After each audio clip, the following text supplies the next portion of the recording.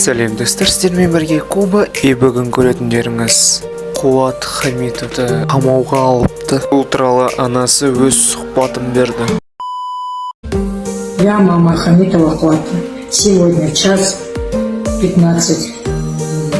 Во время обеденного намаза я читала намаз. И в это время зашли 10 человек ОМОНа, 2 гражданских людей. И мой сын сидел на этом диване, где сижу я.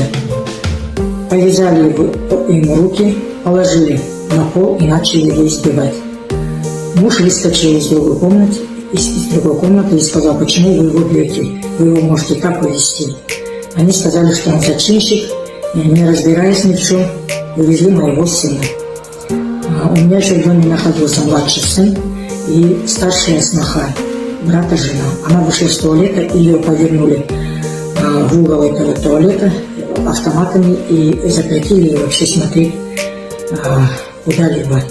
И так они забрали моего сына. Мы сами ничего не поняли. Көріп отырғандарыңызға рахмет. Бұл туралы не ойлайтындарыңызды міндетті түрде комментарияда жазамыз, достар. Ал егер де осы видео сізге пайдалы болып жатса, лайк басуды ұмытпаймыз. Сау болыңыздар.